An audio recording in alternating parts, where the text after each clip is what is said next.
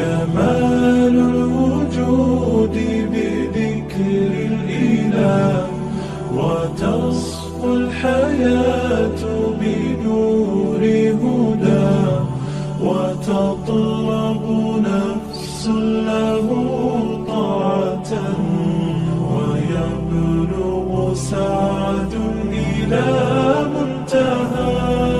فؤاد شغوف إلى ربه أحب